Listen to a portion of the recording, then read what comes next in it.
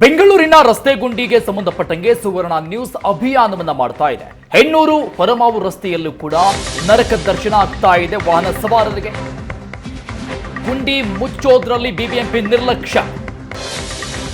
ರಸ್ತೆ ಗುಂಡಿಗಳಿಂದ ಪ್ರತಿನಿತ್ಯ ವಾಹನ ಸವಾರರು ಪರದಾಡ್ತಾ ಇದ್ದಾರೆ. ನಿರಂತರ ಸಮಸ್ಯೆ ಆಗ್ಬಿಟ್ಟಿದೆ.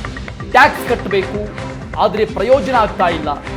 ಯಾವುದೇ ರೀತಿಯಾದಂತಹ ಅಭಿವೃದ್ಧಿ ಆಗ್ತಾ ಇಲ್ಲ. ಮೂಲಭೂತ ಸೌಲಭ್ಯ, ರಸ್ತೆ ಅದು ಕೂಡ ನಮಗೆ ಸಿಗ್ತಾ ಇಲ್ಲ ಅಂತ ಜನ ಗೋಳಾಡ್ತಾ ಇದ್ದಾರೆ. ಆಕ್ರೋಶವನ್ನು ವ್ಯಕ್ತಪಡಿಸ್ತಾ ಇದ್ದಾರೆ ಬಿಬಿಎಂಪಿ ವಿರುದ್ಧ. ಈ ಸಂಬಂಧಪಟ್ಟಂಗೆ ರಸ್ತೆ ಗುಂಡಿಗಳನ್ನು ಮುಚ್ಚೋದಕ್ಕೆ ಹೈಕೋರ್ಟ್ ಕೂಡ ಚಾಟಿ ಬೀಸಿತ್ತು ಬಿಬಿಎಂಪಿಗೆ. ಇಷ್ಟೆಲ್ಲ ಆದರೂ ಕೂಡ ರಸ್ತೆ ಗುಂಡಿಗಳ ಕಾರುಬಾರ್ ಯಾವ ರೀತಿಯಾಗಿದೆ ಅಂತ ನಾವು ನೋಡ್ತಾ ಇದ್ದೀವಿ. ನವೆಂಬರ್ನಲ್ಲಿ ಸಂಪೂರ್ಣವಾಗಿ ನವೆಂಬರ್ ಮುಗಿಯೋದ್ರೊಳಗೆ ಬೆಂಗಳೂರನ್ನು ಗುಂಡಿ ಮುಕ್ತ ಮಾಡ್ತೀವಿ ಅನ್ನುವಂತಹ ಭರವಸೆಯನ್ನು ಕೊಡಲಾಗಿತ್ತು. ಆದರೆ ಬಿಬಿಎಂಪಿಯ ಭರವಸೆಗಳು ಎಷ್ಟರ ಮಟ್ಟಿಗೆ ಫಲಪ್ರದವಾಗಿದೆ ಅದರ ರಿಯಾಲಿಟಿ ಚೆಕ್ ಮಾಡೋದಕ್ಕೆ ಸದ್ಯಕ್ಕೆ ನಾನಿರುವಂಥದ್ದು ಹೆಣ್ಣೂರು ಮುಖ್ಯ ರಸ್ತೆಯಲ್ಲಿ, ಹೆಣ್ಣೂರು ಹೊರಮಾವು ಮುಖ್ಯ ರಸ್ತೆಯ ದೃಶ್ಯಗಳನ್ನು ಗಮನಿಸ್ತಾ ಇದ್ದೀರಾ. ಸಂಪೂರ್ಣವಾಗಿ ರಸ್ತೆಗಳು ಗುಂಡಿಮಯ ಆಗಿರೋದನ್ನು ನೋಡ್ತಾ ಇದ್ದೀರಾ. ಸಂಪೂರ್ಣವಾಗಿ ಗುಂಡಿ ಮುಚ್ತೀವಿ ಅಂತ ಹೇಳಿ ಬಿಬಿಎಂಪಿ ಅಧಿಕಾರಿಗಳು ಸಾಕಷ್ಟು ಸಲ ಭರವಸೆಯನ್ನು ಕೊಟ್ಟಿದ್ದರು. DCM ಕೂಡ ಇದರ ಬಗ್ಗೆ ಗುಂಡಿಯನ್ನು ಸಂಪೂರ್ಣವಾಗಿ ಮುಚ್ಚುತ್ತೀವಿ ಅನ್ನುವಂಥ ಒಂದು ಆದೇಶವನ್ನು ಕೊಟ್ಟಿದ್ದರು. ನವೆಂಬರ್ನಲ್ಲಿ ಮುಚ್ಚಿದ ಗುಂಡಿ ಸದ್ಯಕ್ಕೆ ಡಿಸೆಂಬರ್ ಆರಂಭದ ವೇಳೆಯೇ ಕಿತ್ತು ಬಂದಿದೆಯಾ ಅನ್ನುವಂಥ ಅನುಮಾನವನ್ನು ಮೂಡಿಸ್ತಾ ಇರುವಂಥದ್ದು. ಫೆಂಗಲ್ ಚಂಡಮಾರುತ ಬಂದಂಥ 2-3 ದಿನಗಳಲ್ಲಿ ಈ ಥರದ ದೃಶ್ಯಗಳು ಇಡೀ ಬೆಂಗಳೂರಿನಲ್ಲಿ ಕಂಡು ಬರ್ತಾ ಇರುವಂಥದ್ದು. ಮಳೆ ಬಂದರೆ ಸಂಪೂರ್ಣವಾಗಿ ರಸ್ತೆಗಳ ಗುಂಡಿಗಳಲ್ಲಿ ನೀರು ತುಂಬಿಕೊಳ್ಳುತ್ತೆ. ಮಳೆ ನಿಂತ ತಕ್ಷಣ ಧೂಳಿನಿಂದ ತುಂಬಿದಂಥ ರಸ್ತೆಗಳನ್ನು ಕಾಣಬಹುದಾಗಿದೆ. ಇದೆಲ್ಲವುಗಳು ಕೂಡ ಕಿತ್ತು ಬರ್ತಾ ಇರುವಂಥ ರಸ್ತೆಯಿಂದಾಗಿ ಆಗಿರುವಂಥದ್ದು. ಗುಂಡಿಯ ರಸ್ತೆಗಳಿಂದಾಗಿ ಸಂಪೂರ್ಣವಾಗಿ ರಸ್ತೆಗೆ ಹಾಕಿದಂಥ ಜಲ್ಲಿಕಲ್ಲೇನಿದೆ ಇದೆಲ್ಲವುಗಳು ಕೂಡ ಎದ್ದು ಬರುವಂಥ ಸ್ಥಿತಿಯಲ್ಲಿರುವಂಥದ್ದು. ಈ ರಸ್ತೆಯ ಸಂಪೂರ್ಣವಾದಂಥ ದೃಶ್ಯಗಳನ್ನು ನೋಡ್ತಾ ಹೋದರೆ ಗೊತ್ತಾಗುತ್ತೆ. ಎಲ್ಲ ಕಡೆ ಕೂಡ ವಾಹನ ಸವಾರರು ಪರದಾಡ್ತಿರುವಂಥ ದೃಶ್ಯಗಳು ಅಲ್ಲಲ್ಲಿ ಕಂಡು ಬರ್ತಾ ಇದೆ. ಜೊತೆಗೆ ಸಾಕಷ್ಟು ಜನ ಈ ಗುಂಡಿಗಳಿಂದಾಗಿ ಬೀಳುವಂಥ ಪರಿಸ್ಥಿತಿಯಲ್ಲೇ ಕೂಡ ಇರುವಂಥದ್ದು.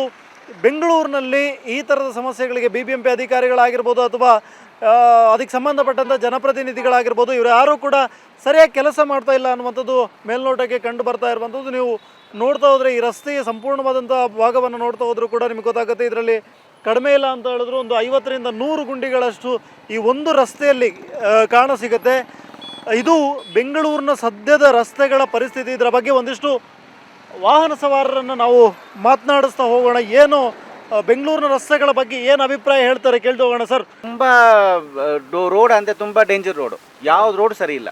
ಈ ಕಡೆ ಕಣ್ಣೂರು ಕಡೆಯಿಂದ ಬಂದರೆ ರೋಡು ಸುಮಾರು ಒಂದು ಫೀಟ್ ಹಳ್ಳ ಇದೆ. ರೋಡದು ತುಂಬ ಮೋಸ. ಬ್ಯಾಂಗ್ಳೂರು ಅಂದರೆ ತುಂಬ ಮೋಸ. ಇದು ಒಂದು ಮಾತ್ರ ಸರಿ ಮಾಡಿದ್ರೆ ಸಾಕು. ಬೆಂಗಳೂರಿನ ರಸ್ತೆಗಳಲ್ಲಿ ಓಡಾಡೋದು ಒಂದೇ. ಪ್ರತಿ ರಸ್ತೆಗಳು, ಯಾವ ರಸ್ತೆಗಳು ಸರಿ ಇದೆ ಅಂತ ಹೇಳೋದಕ್ಕೆ ಬರೋದಿಲ್ಲ. ಎಲ್ಲ ರಸ್ತೆಗಳು ಕೂಡ ಗುಂಡಿಮಯ ಆಗಿರುವಂಥ ರಸ್ತೆಗಳೇ ಇರುವಂಥದ್ದು ಅಂತ ಇದು ನೋಡ್ತಾ ಇದ್ದೀರಾ. ವಾಹನ ಸವಾರರು ಯಾವ ಥರ ಪರದಾಡ್ಕೊಂಡು ಬರ್ತಾ ಇರುವಂಥ ಸ್ಥಿತಿಯಲ್ಲಿದ್ದಾರೆ ಅಂತ ಹೇಳಿ. ಸಂಪೂರ್ಣವಾಗಿ ರಸ್ತೆಗಳು ಕಿತ್ತು ಬಂದಿರುವಂಥ ಸ್ಥಿತಿಯಲ್ಲಿರುವಂಥದ್ದು, ಅಲ್ಲಲ್ಲಿ ಗುಂಡಿಗಳಿಂದ ತುಂಬಿಕೊಂಡಿರುವಂಥದ್ದು.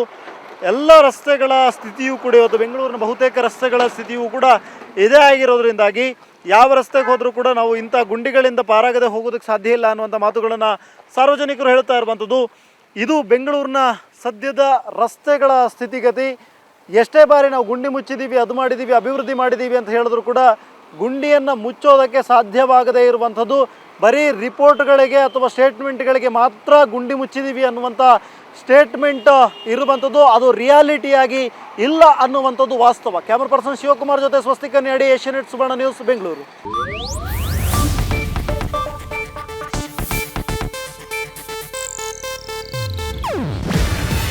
ಇದು ಏಷ್ಯಾನೆಟ್ ನ್ಯೂಸ್ ನೆಟ್ವರ್ಕ್ ಪ್ರಸ್ತುತಿ.